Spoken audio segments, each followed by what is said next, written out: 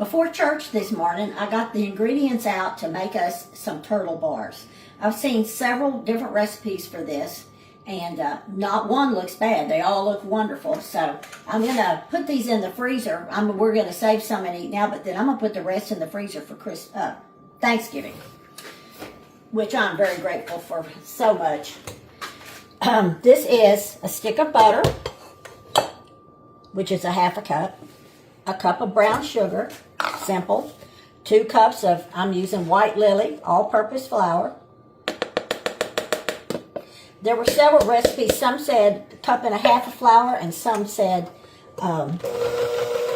just 2 cups. So I'm going with the 2-cup one. Now I'm going to mix this up, and we'll turn the phone off, and we'll come right back. Okay, I'm mixing this up good. This is breaking this up. You want this to be where it'll come together a little bit. And if there's any real big chunks of butter in here, this was room temperature. I got it out before I went to church. I got every bit of this out before church so we could do this. You want to get all the big pieces of butter, just blend it in there. So I'm going to get a pan. We're going to put this in a pan now. Okay, I'm going to put this is a 9 by 13 pan. I have the oven heating to 350 degrees. So now I'm just going to spread this out. Real simple. There's not much to these bars, but everything that's in it is delicious. So I'm going to make sure we get this nice and flat. You know, a lot of these bars, you cook this bottom. You bake this bottom before you put the rest on. But this recipe does not call for that. Okay. We don't want to waste any. Let's get it all off our fingers. Okay, let's go over here. Over here I have 2/3 cup of butter, which is 10 tablespoons, and a half a cup of brown sugar. And what you're supposed to do is I'm going to bring this to a boil. And it has to boil for a minute. All the recipes said be sure and bring it to a boil and then let it boil for a minute after it's boiling.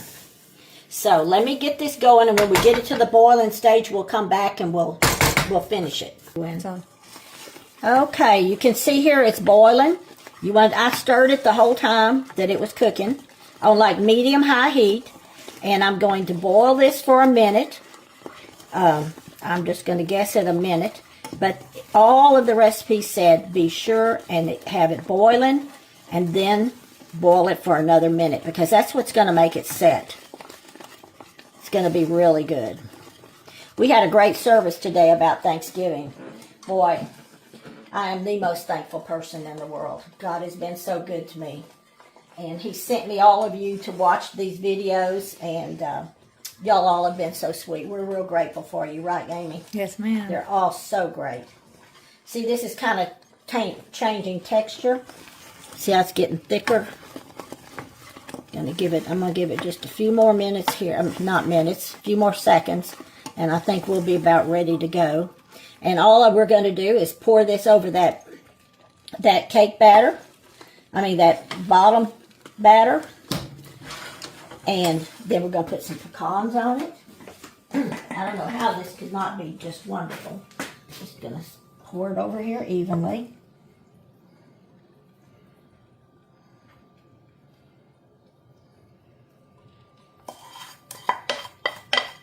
It's already getting kind of set up in my pan here. Okay. Let's spread this out so it gets everywhere. Now, most of the recipes said to leave the pecans whole, but I chopped them up.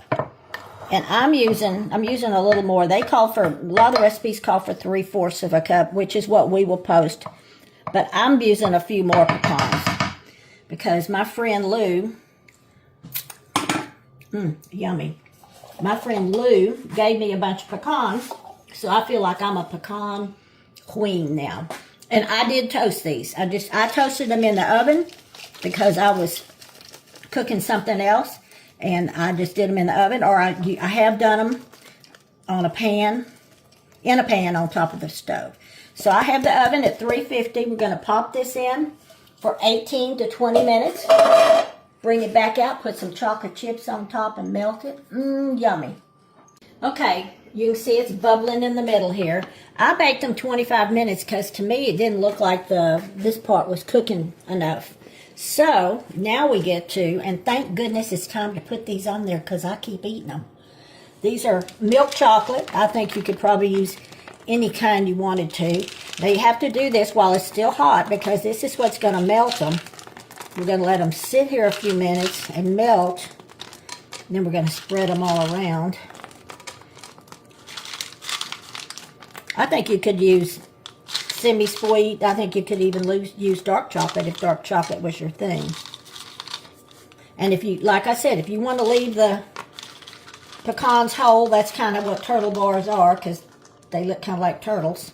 If you want to leave pecans whole, you can. I just thought this would, I just like them chopped up. And when I make a pecan pie, I chop them up too. I don't like them in great big pieces. So we're going to wait till this melts. It's working on it. It's going to take a couple minutes. We'll be back in just a minute or two and we'll spread it all out. Okay, I sprayed this with oil just to kind of see if I would keep it from sticking because it was trying to stick. Here we go, just spreading it out.